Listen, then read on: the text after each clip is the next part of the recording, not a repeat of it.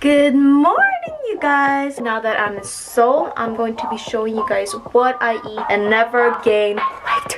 I know it sounds too good to be true, right? But just keep in mind that I do exercise.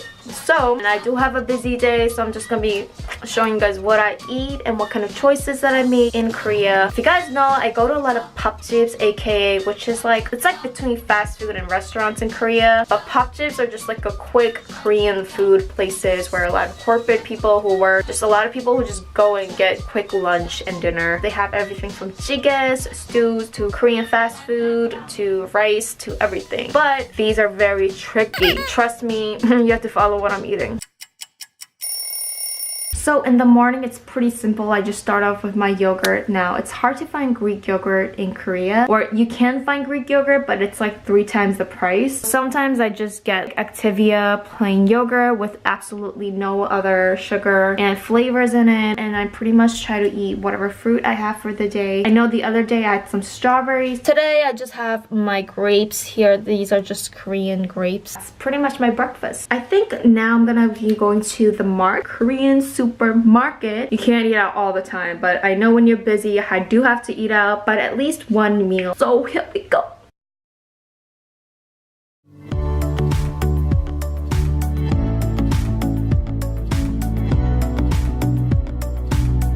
Alright, so I cheated and I got this home run ball, cream cheese. I could not resist myself. These are just like regular Korean grape. Got this tiny mushroom. It's like a Korean mushroom. You can't find this anywhere else. Of course, I got some tofu. Tofu is pretty good because it has protein. You can put it into pretty much any recipe. This is the Korean spinach. It's really hard to find like salad spinach in Korea. So these come with like literally the dirt, so you have to wash it pretty well. Zucchini. This is another green that I've got. It's really hard to find like regular lettuce and arugula. These were like the only like vegetables I could find. Some spaghetti. This is not whole wheat spaghetti. Again, in Korea, it's hard to find whole wheat stuff here. Alright, so I put my spinach, my mushroom, and my pasta's cut. And I cut some zucchini, and I'm gonna put this as my salad. So all these vegetables have a lot of water content, so I don't need to add any oil. Okay, seriously, don't worry you guys, I'm only eating half of it, and I'm going to be drizzling this chamgye dressing, sesame seed dressing. Alright, for a taste test, I'm going to be trying the spaghetti. Spaghetti with the chopstick. It's actually pretty bomb. Ooh, okay, Korean spinach tastes a little bit more heartier. These mushrooms are pretty good too. Now, I know you guys are wondering, why am I making like pasta in Korea? And I feel like I could just use a lot of more vegetables when I make pasta instead of making something with rice. I can definitely do something with rice, but I feel like I need jjigae or something like salty with rice. So I do try to stick with something pretty simple. Hearty grapes.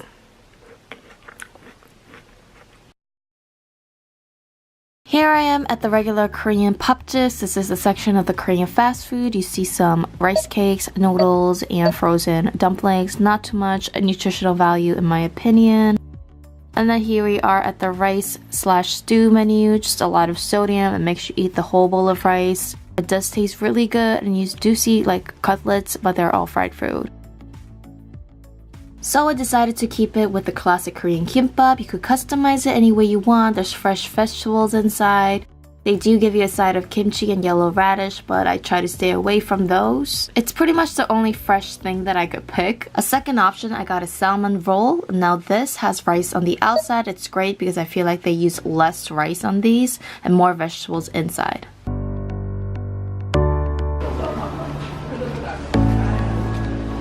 So this is a typical Korean cafe menu. There is shakes, smoothies. I try to stay away from those. Even fresh juices, they put a lot of syrup.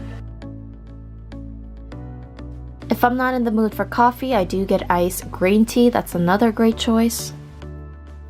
My ultimate choice is an iced latte with no syrup. One downside is that in Korea, they don't really have other milk options. I do prefer non-fat milk.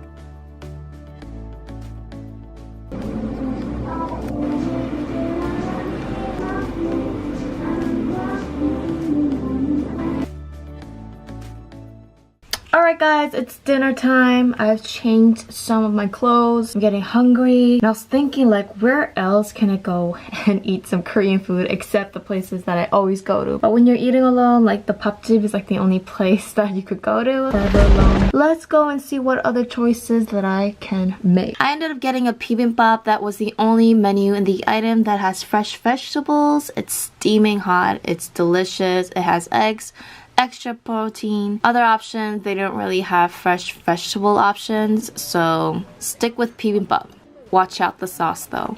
Alright, in Korea you have to wear a mask because apparently the pollution is pretty bad right now. If you see the whole menu, everything is like jjigae, everything is like bunjik, which is like Korean street food. It has a lot of sodium. What can I eat that has at least fresh vegetables? That's not kimbap. So the only thing I could think of was the torso bibimbap, which does have white rice. It's a lot of carbs, but never finish the rice. Jjigae has a lot of sodium and you have to eat the whole entire bowl, or make sure you eat the whole entire bowl because it's pretty like salty. So I'd rather not stick to the jjigae. Otherwise, in the menu there are something called tonkatsu. But tonkatsu is basically fried pork cutlets, fried food, and it comes with like a little bit of salad and white rice, so not that much nutritional value. Whenever I go to these papjips, what I look at is nutritional value. Like, what nutrition can I get from eating this dish? I know these are really boring choices, but if you want to be healthy, it ain't easy. On my way back, I did get some groceries and I found this thing where it's make your own okonomiyaki at home. And okonomiyaki is not too bad because basically like cabbage.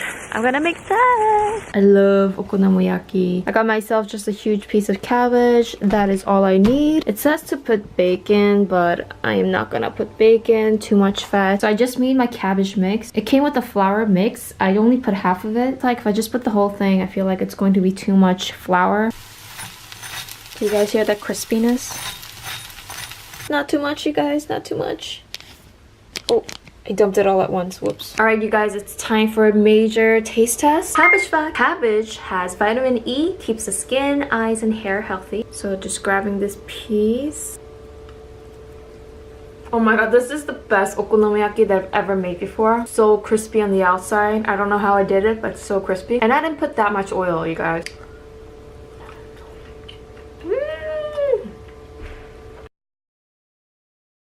Okay, I'm kind of like cheating. It's like instant of all instant foods. I'm so worried about eating this, but it's pretty late. I don't feel like cooking up anything. I was at the Pyeonijam or 7-Eleven and I was like, what can I eat? At least that's healthy. And there's nothing. Legit nothing. So I was like, whatever I eat, it's not going to be healthy. So let me just pick one that I just want to eat. This one has 420 calories for this one little bowl of pretty much fake cheese and noodles. This home run bowl, which is like cream cheese flavor, this pastry puffs only has about 260 calories. And this honey chip, which is like pretty like popular in Korea, has 220 calories. But you can snack on this, or you could snack on fruits, which has probably less than half the calories. This is my favorite rice cake. This is a sweet pumpkin rice cake. I only have about 2 a day or 2 a snack. And in Korea, with tons of restaurants and friends always calling you out to go out to eat, it's really hard to stick to the diet. But you guys, I just shared some little bit tips when you go to the cafe, when you go to like food places. Always try to stick with like the most bland food as possible. There's about 100 food places per little like square meter in Korea. So I feel like that's one thing that's pretty much hard to try and stick to the diet. Bring your own snacks, bring your own fruits and vegetables when you go to work. So I hope that if you guys come to Korea that you'll be able to find these tips and tips. What the heck am I saying? You know, when I'm in Korea, like I told you, it's actually more challenging for me. Also, in Korea, there isn't like a calorie list, so you'll kind of end up just ordering whatever you want. So that's pretty dangerous. And see you guys later. Hey guys, don't go anywhere. I have some news for you guys. I just want to let you guys know that I have started my own Patreon page. I'm sure you guys know what Patreon is by now. The reason why I've started my Patreon page is so I can continue to create content for you guys. I love doing these things and I just need your help. On Patreon, you guys could request whatever videos you guys would like to see next, song covers, and so much more. So the link is down below and I thank you guys so much. I just need your help and I hope to see you guys next in my video.